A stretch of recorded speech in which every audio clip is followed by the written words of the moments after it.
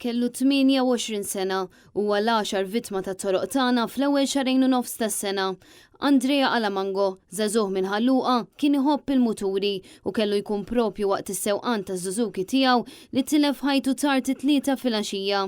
L-inċident seħ meta l-ġuvni għal xi raġuni kellu impatt ma' mutur ieħor fuq il-flyover tal-Kappara. Il-mutur liħor kien misjuq minn żagħżugħ ta' 28 sena minn Ħażabbar. Mal-impatt bejn iż-żewġ muturi kemm Alamango kif ukoll is-sewwieq ieħor spiċċaw waqgħu b'mutur minnhom jitkaxkar għal distanza sostanzjali.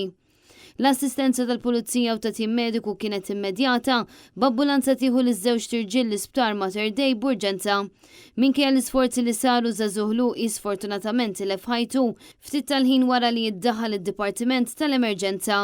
Is-sewwieq ieħor ġie ċertifikat li sofra ġrieħi ħfief.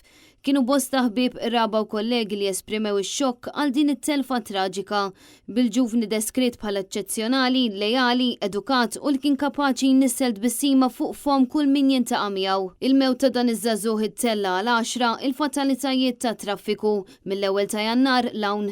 Dan ifisser li fl-ewwel 10 ġimgħat tal-2022 diġà nqabeż in-numru totali ta' vittmi f'inċidenti ta' traffiku tas-sena li għaddiet. Intant f'post li tella ftit tal-ħin wara l-inċident traġiku, it-tabib Michael Spiteri li kien imexxi d-Dipartiment tal-Emerġenza rid jgħaddi messaġġ ċar li l-ġisem tal-bniedem għandu limitu ta' kemm jiflaħ u l-ebda ammont ta' interventi min-naħa tat-tobba ma jista' jsalva bniedem li jkun sofra ħsara fl-organi vitali tiegħu.